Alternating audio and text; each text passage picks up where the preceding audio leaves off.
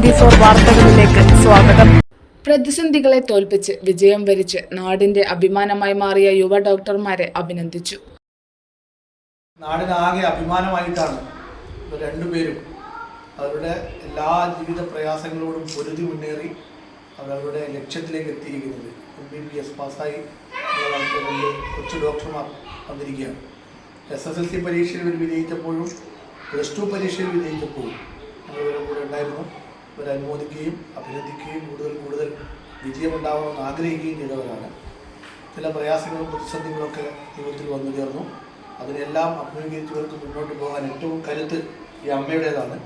ആളെല്ലാവരും അമ്മയുടെ കൂടെ ഉണ്ടായിരുന്നു. ഈ ഒരു വലിയ വിജയത്തെ അതുകൊണ്ട് തന്നെ ഇവരുടെ എല്ലാവരുടെയും കൂടി വിജയമാണ്. ഞങ്ങൾക്ക് എല്ലാവർക്കും സന്തോഷമുണ്ട്. അതുകൊണ്ടാണ് ഇവരെ നേരിട്ട് വന്ന് കാണാനും ബന്ധിക്കാനൊക്കെ ഞങ്ങളുടെ അവസരം വന്നപ്പോൾ ഞങ്ങളിവിടെ വന്നത്. ഇനിയും അങ്ങോട്ട് ഇവരിപ്പോൾ MBBS കഴിഞ്ഞു, ഡോക്ടർമാരായി ഔദ്യോഗികമായിട്ട് ഹൗസ് സർജൻസി പൂർത്തീകരിക്കണം.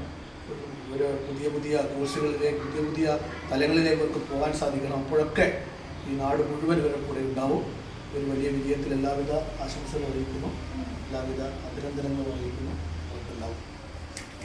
തിരുവനന്തപുരം ശ്രീ ഉത്രാടം തിരുനാൾ മെഡിക്കൽ സയൻസ് അക്കാദമിയിൽ നിന്നുമാണ് കോതോട് താനെയുള്ള പറമ്പത്ത് വിനു രാജീവനും അനു രാജീവനും മെഡിക്കൽ ബിരുദം നേടിയത്. കോഴിക്കോട് ജില്ലാ panchayat vice president advocate P. Gavas യുവ ഡോക്ടർമാർക്ക് മൊമെന്റോ നൽകി. CPI കുറ്റ്യാടി മണ്ഡലം സെക്രട്ടറി KK മോഹൻദാസ്, സെക്രട്ടേറിയറ്റ് അംഗം KP Nanu, branch secretary Dineshan Kalleri, AIYF മണ്ഡലം പ്രസിഡന്റ് SP ആനന്ദ് എന്നിവർ പരിപാടിയിൽ പങ്കെടുത്തു.